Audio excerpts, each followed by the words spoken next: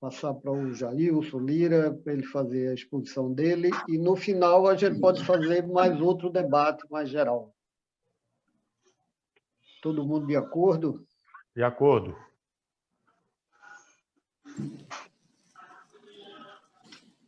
Seja bem-vindo, muito obrigado. Vamos andar pelo São Francisco agora. Bom dia a todos.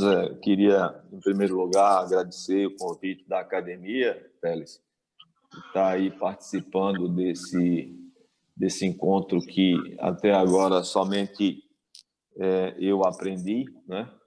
E queria dizer da importância de um encontro desse com gente aí tão experiente, né, tão empenhada, já tendo tanto tempo de agronomia, de curso, de produção, ainda está querendo e está contribuindo com a nossa economia pernambucana. Assim, não sou agrônomo, mas tenho trabalhado na área há mais de 30 anos. Então, já tenho uma certa experiência e tenho convivido constantemente com os problemas da agricultura brasileira, que eu vi muito bem aí o Zé Ranulfo falar. São defesas, são imposições de países que nós temos que vencer e ultrapassar para que a gente possa e consiga sucesso na nossa agricultura. Mas, como o Ranulfo falou, o Brasil tem sido exemplo, né? E tem mostrado assim, com bastante competência, né, os resultados das suas safras e da sua produção. Portanto, produtores aqui no Brasil têm sido verdadeiros heróis, têm sido muito competentes na missão, não é, de transformar o nosso país, que é um país pobre, né, num país rico, desde que as nossas barreiras sejam bastante lapidadas, né? Além disso, a gente tem que considerar também que o mercado mundial não é para amador, né? O mercado mundial é para profissional, Ranulfo. Concordo plenamente com o que você colocou aí, né? Exemplo nosso aqui da região de Petrolina, do Vale do São Francisco, desse semiárido aqui seco, né? E bastante árido, de terras também com problemas que são encontrados em outras regiões do Brasil, terras de solos rasos, né?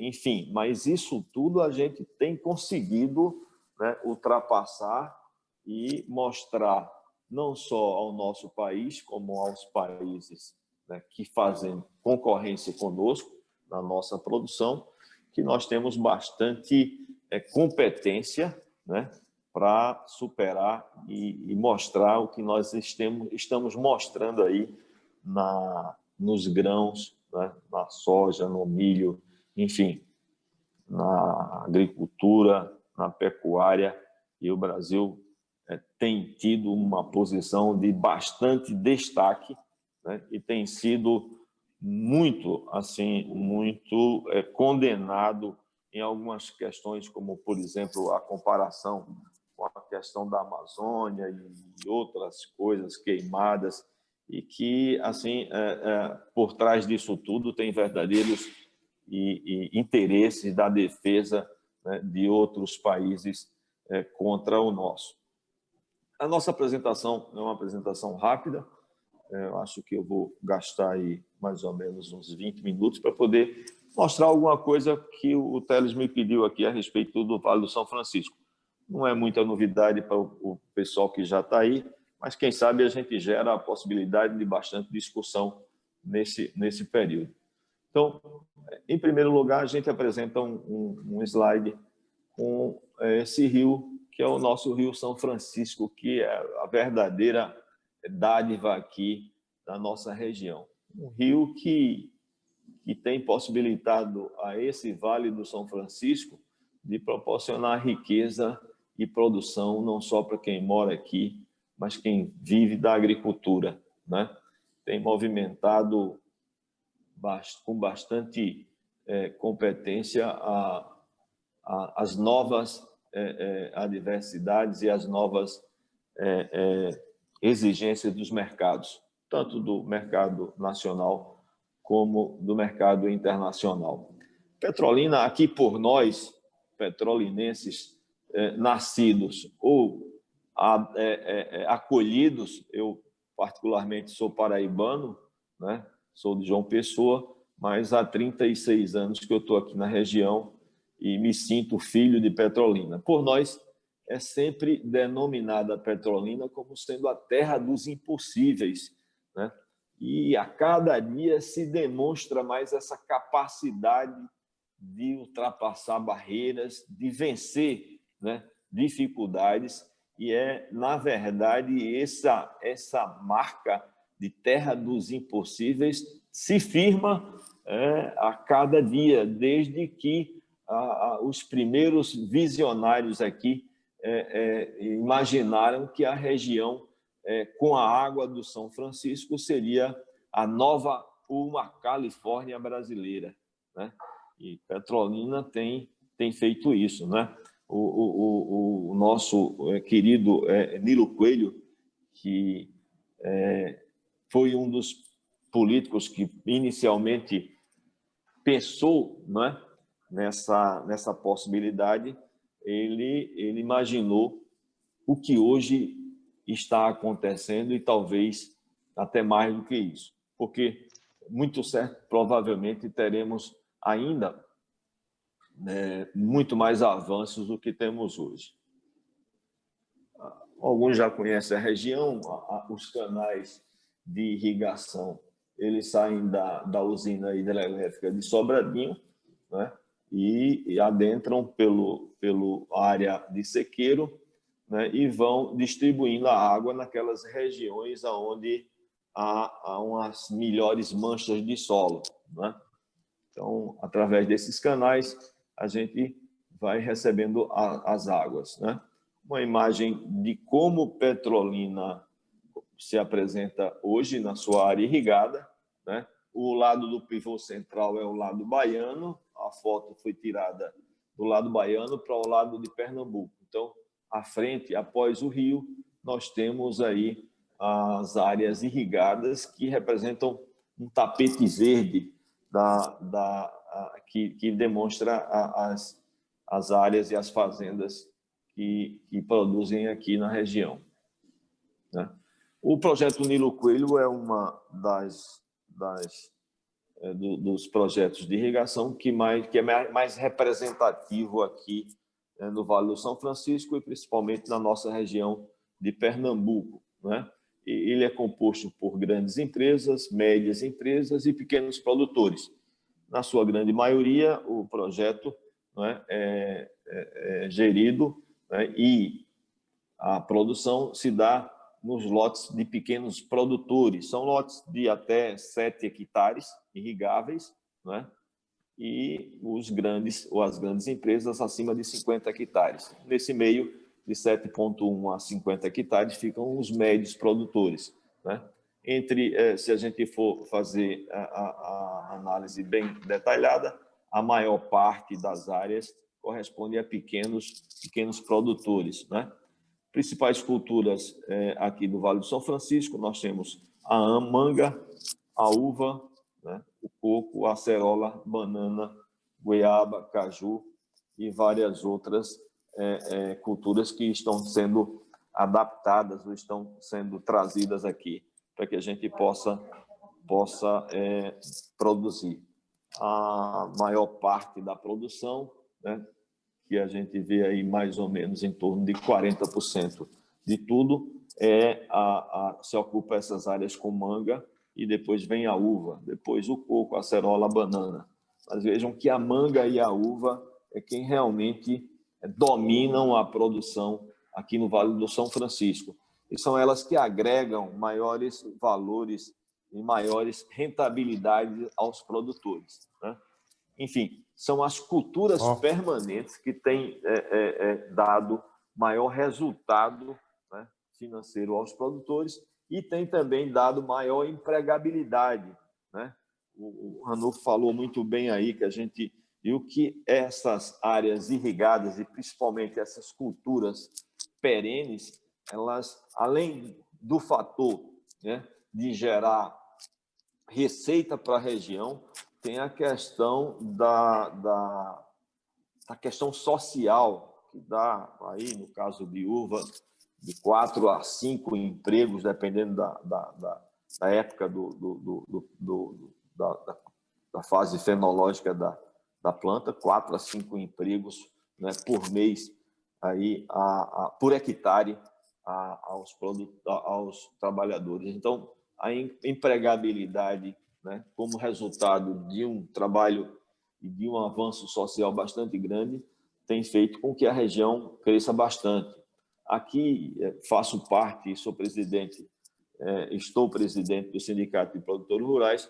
Nós temos aproximadamente 100 mil trabalhadores rurais empregados, com carteira assinada, com registro, com todos os direitos previstos na CLT. E ainda mais, nós temos aqui uma convenção coletiva de trabalhadores que é negociada entre trabalhadores, o Sindicato de Trabalhadores Rurais e o Sindicato de Produtores Rurais, que dá algumas garantias extras a esses trabalhadores, como, por exemplo, um salário maior do que o salário mínimo, né, e algumas outras garantias a mulheres gestantes, né, e especificadamente aos trabalhadores da agricultura irrigada, proporciona maiores e mais avanços em relação aos seus salários e os seus direitos.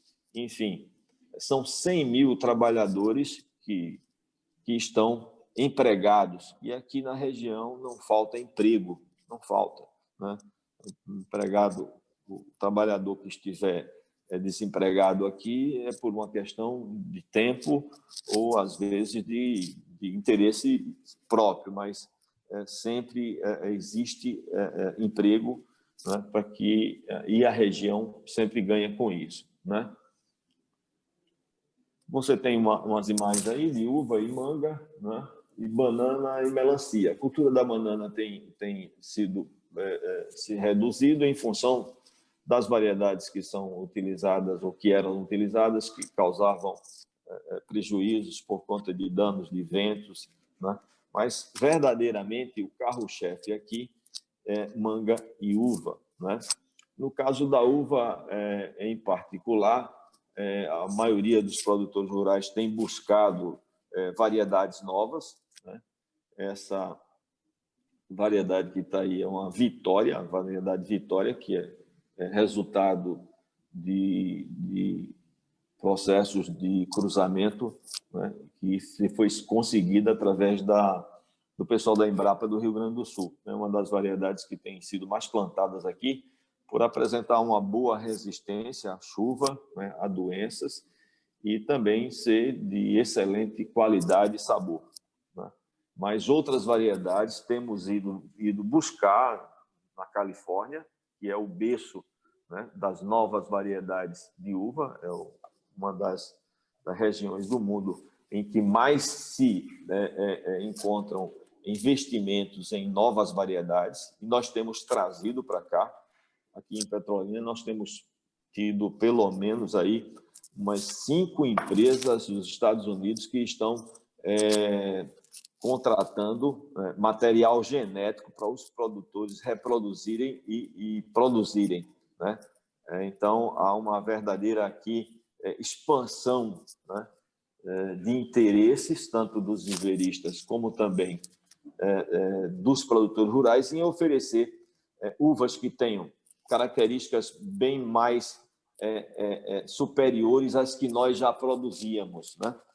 Então, aquela uva Itália que a gente sempre gostou e que tem aquele sabor muscate, ela continua sendo produzida, mas em bem menor escala, porque os produtores têm buscado apesar dos royalties que se paga, né, produzir uvas em que o mercado tem exigido, que são variedades com maior crocância, né, com maior brix, com maiores tamanhos de bagas, com precocidade na colheita, variedades que demandam menor quantidade de mão de obra, de raleio, variedades que são resistentes a determinadas pragas. Então, os produtores aqui vivem nessa busca constante de material genético, né, para que a gente possa causar uma maior produtividade, enfim, maior ganho e rentabilidade ao negócio que nós estamos aqui inseridos, né?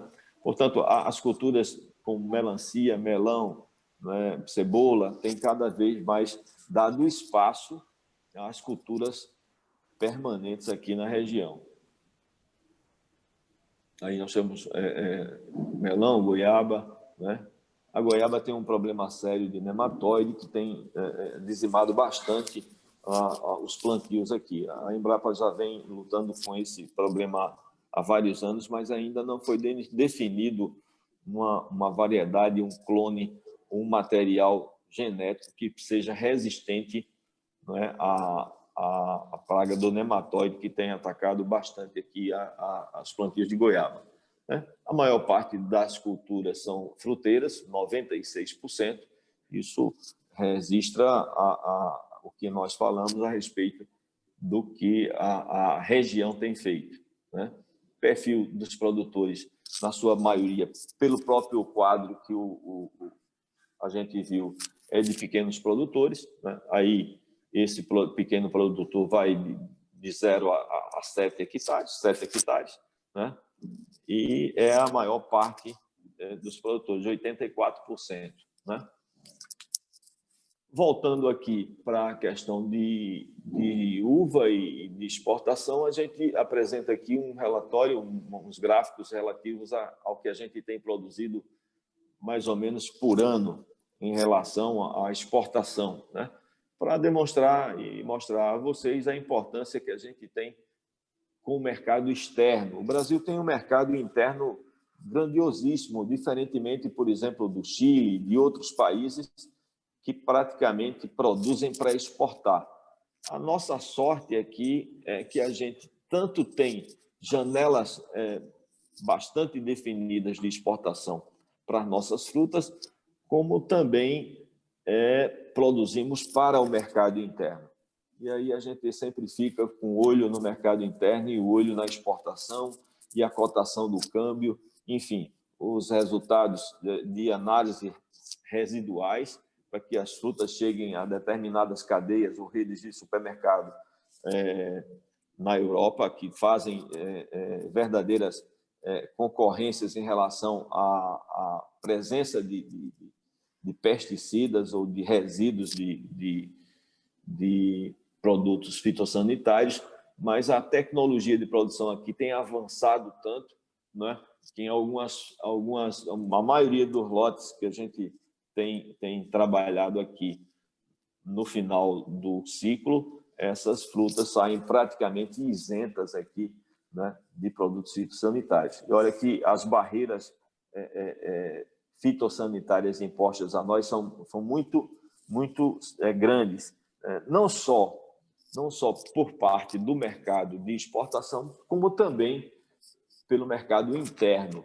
Então, a gente tem sido bastante competente, né, no que se refere à produção de maneira isenta, né, e uma fruta bastante saudável e com garantia, né, de isenção de contaminação por agroquímicos, né? Temos usado cada vez mais produtos microbiológicos,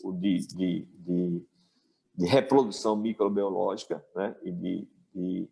Que fazem com que a fruta saia bastante isenta de produtos fitossanitários de agroquímicos. Com relação ao sistema de irrigação, a gente tem uma grande parte das culturas aqui implementadas com sistemas de irrigação bastante avançados, né? muito pouco aqui se encontra aspersão convencional e praticamente nada mais de inundação, não existe. O projeto foi dimensionado inicialmente para aspersão convencional, mas uma grande parte dos produtores hoje usa ou o gotejo ou o microaspersor, né, de maneira muito responsável, mesmo porque também a irrigação localizada permite a fertirrigação, ou a transferência de adubos através da água, né? E também o preço da água tem se tornado cada vez mais alto em função dos custos de energia e também pelos racionamentos que nós já passamos, né? A gente viu aí, acho que foi o Mauro falando sobre os racionamentos que a gente já passou, e até uma fala do senador Fernando Bezerra, quando ele levantava a possibilidade de conseguir recursos do governo federal para a construção de flutuadores. Naquela época, o que aconteceu? O nível de Sobradinho foi tão baixo do lago que o nível e a cota de sucção das bombas para o projeto de irrigação Nilo Coelho, né, não dava cota. Então, a preocupação nossa, e ainda bem que os estudos que nós tínhamos, que davam conta, né, de que não teríamos cota com a barragem, né, praticamente no seu volume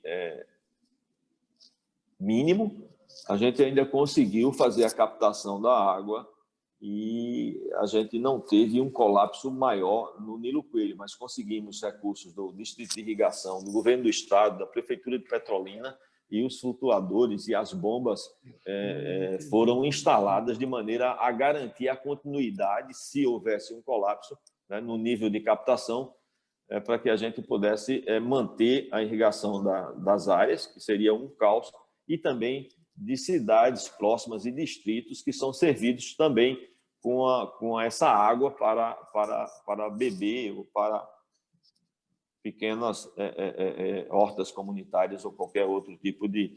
Mas nós passamos maus momentos em relação à falta d'água nos últimos 3 anos, né? Do ano passado para cá, nós estamos bem mais confortáveis. Esse ano a barragem já se encontra bastante cheia, inclusive o volume de água que tem sido liberado de Sobradinho hoje deve estar na casa dos 2.900 mil metros cúbicos por segundo.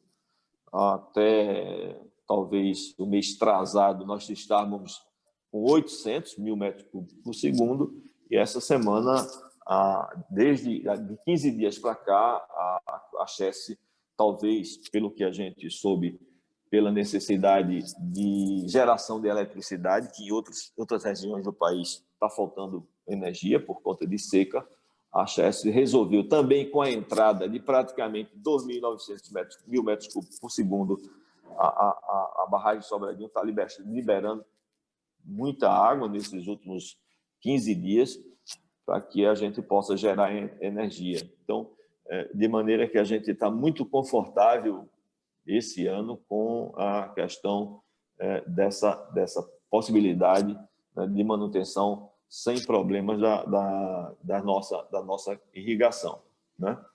Aí a gente tem os exemplos de como se trabalha aqui, o microaspersor, o gotejo, né, e o aspersor. Praticamente o aspersor hoje não faz parte mais do que a gente possui em termos de irrigação aqui.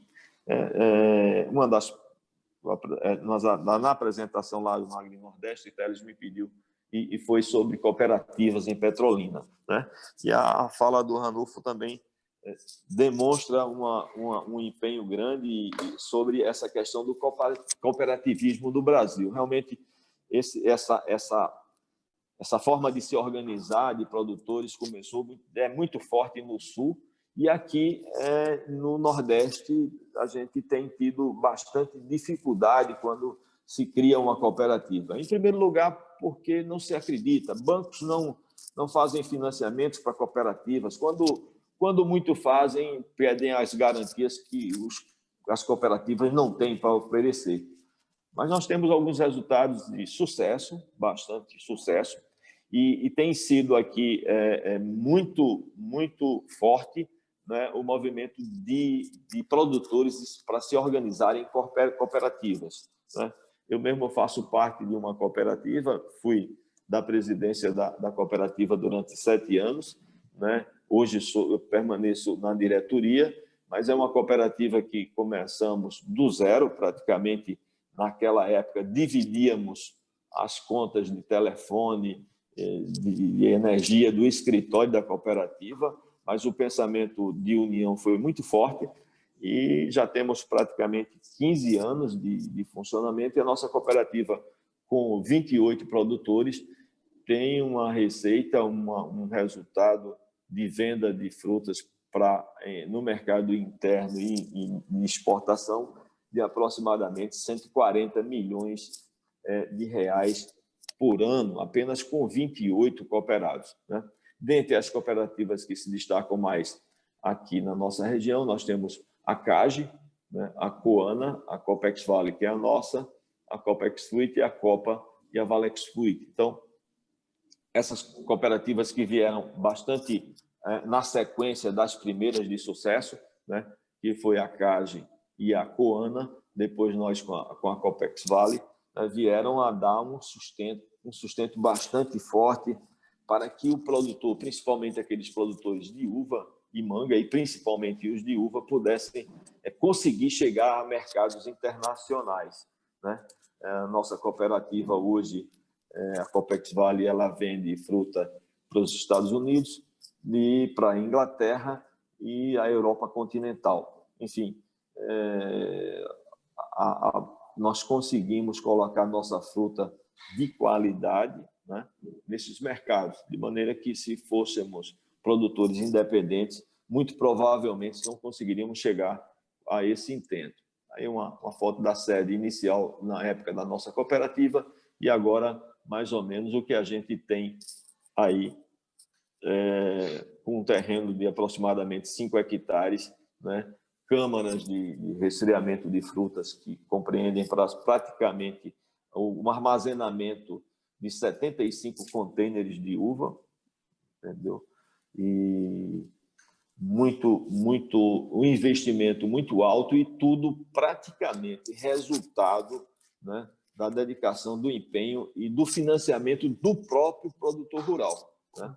As cooperativas normalmente elas têm, e a nossa não foi diferente, teve uma dificuldade muito grande no início de se firmar e de conseguir, né, proporcionar aos seus produtores a chegada aos mercados internacionais e também, principalmente no que se refere à refrigeração da fruta, porque a fruta que viaja é uma fruta fresca, tem que ser resfriada a 0 grau, né, e são investimentos altíssimos em câmaras de refrigeração.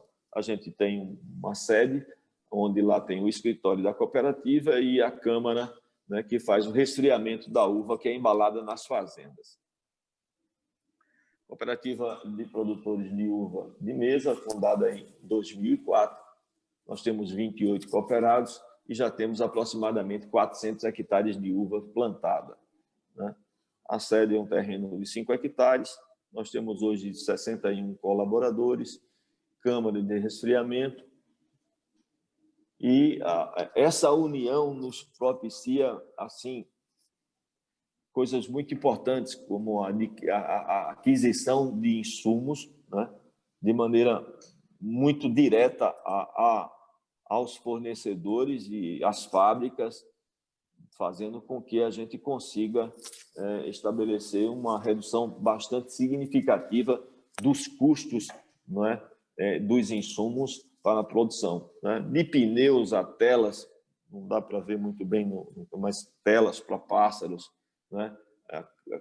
Principalmente material de embalamento da fruta, né? Aqui nós temos depósito de material de embalamento, como caixas de isopor, essa outra caixas de cumbucas, que nós, inclusive, importamos esse material, né?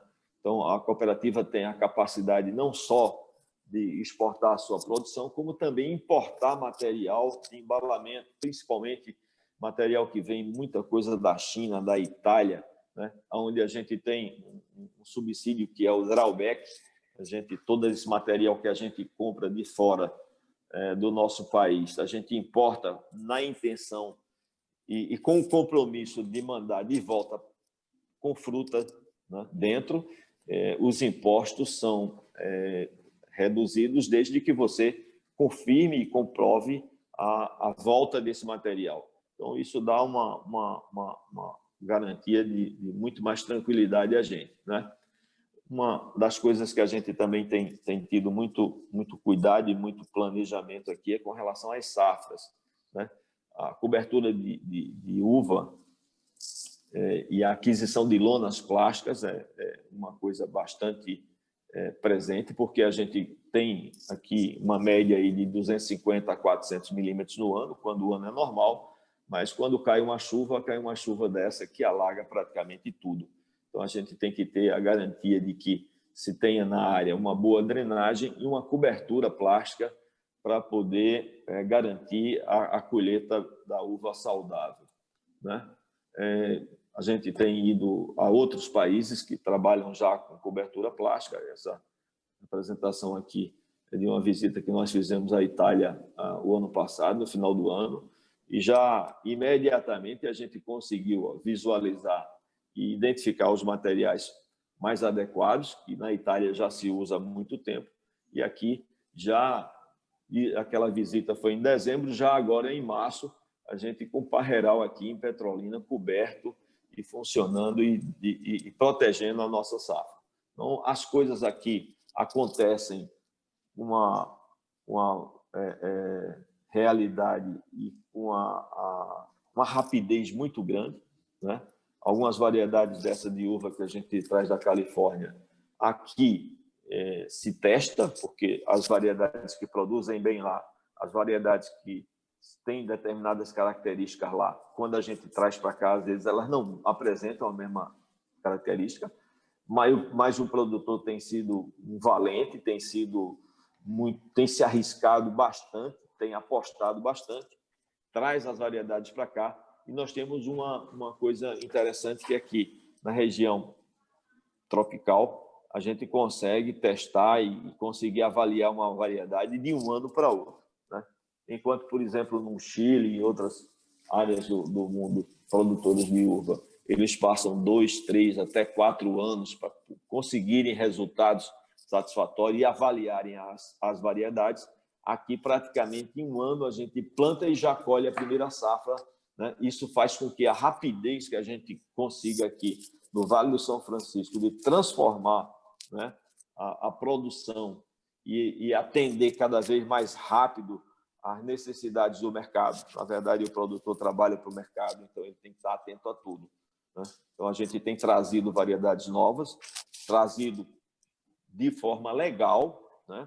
Tudo registrado no Ministério da Agricultura, enfim, autorizado, e a gente tem feito aqui, eu acredito que a gente tem pelo menos umas 20 variedades de uvas, né, que são trazidas principalmente da Califórnia. O pessoal da Espanha, do Chile e do Peru também tem contribuído bastante com o material genético novo, mas o mais forte aqui são de empresas de viveiristas e geneticistas que trabalham com seus experimentos na Califórnia.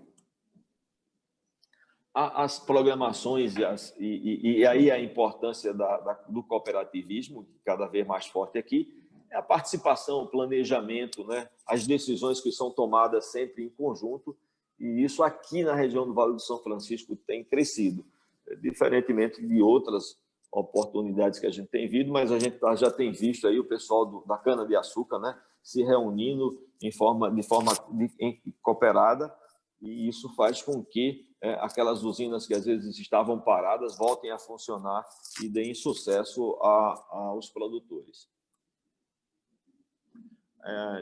Entre as atividades, a gente tem várias que fazem, no conjunto do associativismo e do cooperativismo, todas as atividades que a gente faz sempre de forma conjunta, né? São greves, são mercado que tem problema, e aí a gente sempre em conjunto a gente tem condição, né, de mostrar competência em se reinventar, né?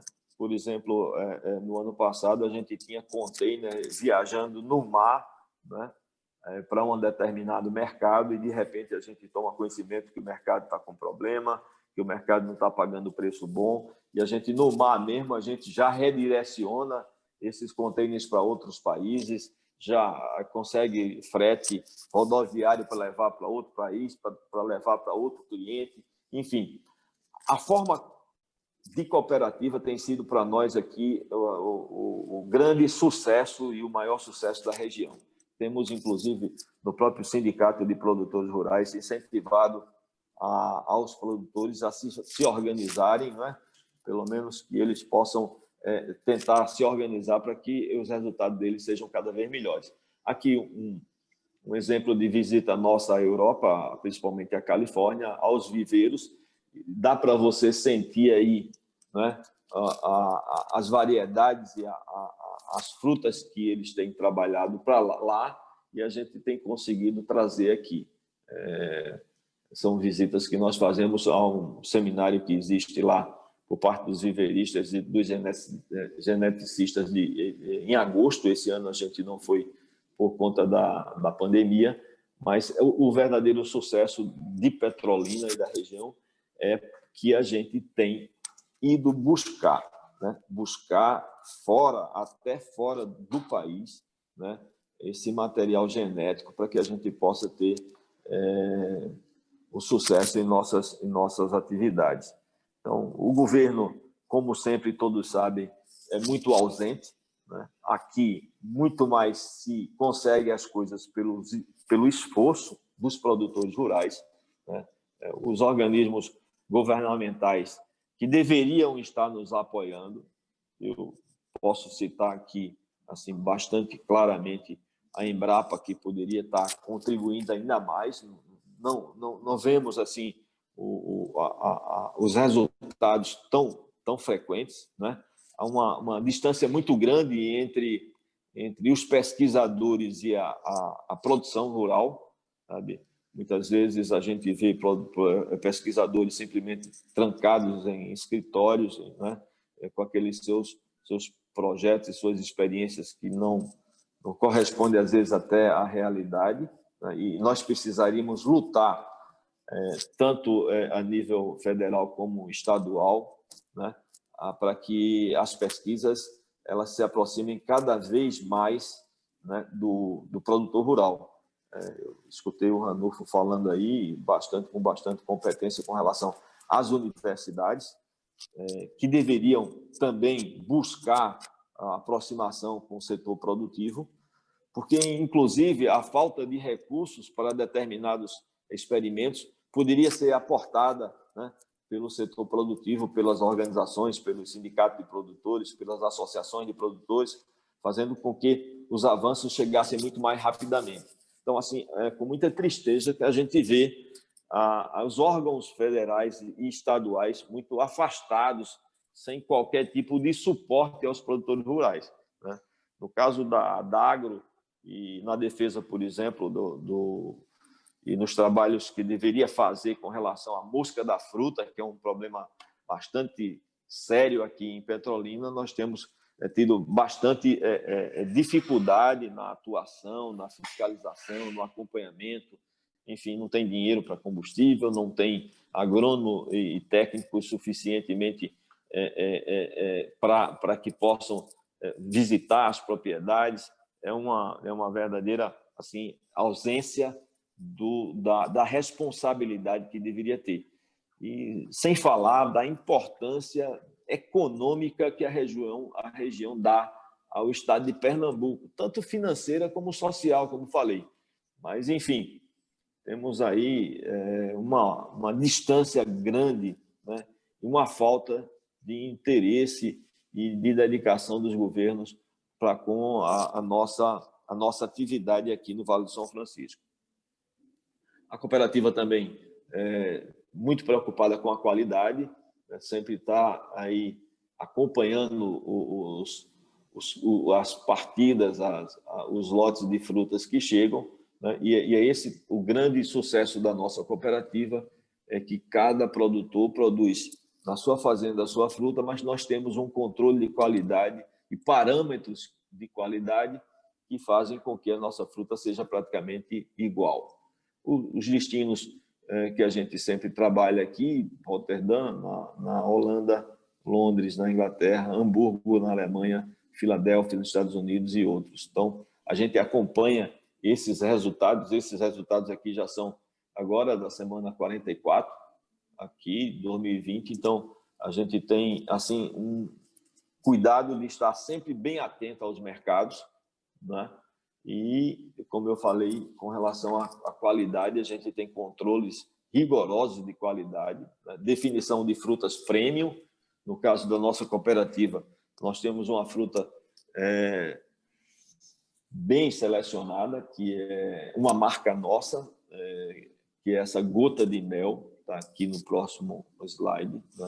E a doçura do vale. Essa fruta, quando chega no mercado, ela é vendida muito rapidamente, né? É uma fruta selecionada por BRICS, acidez, qualidade e apresentação. Quer dizer, uma fruta de excelente qualidade que não deve, né, a fruta produzida em qualquer lugar do mundo, né? E essa fruta, essa marca Gota de Mel, é marca nacional, é marca interna do Brasil, não é marca que a gente venda para o exterior, não. Essa marca tem qualidade igual ou superior a frutas exportadas. Se um consumidor ele experimentar uma fruta que nós exportamos, talvez o gosto e o sabor não seja igual à exigência que a gente tem no mercado interno, né, e externo, porque o europeu normalmente ele gosta de uma fruta mais ácida e o brasileiro de uma fruta muito mais doce. Então, assim, não temos praticamente definição como era antes ou como se pensa o brasileiro de uma maneira geral, de levar o que é bom para fora e aqui dentro ficar o que é ruim.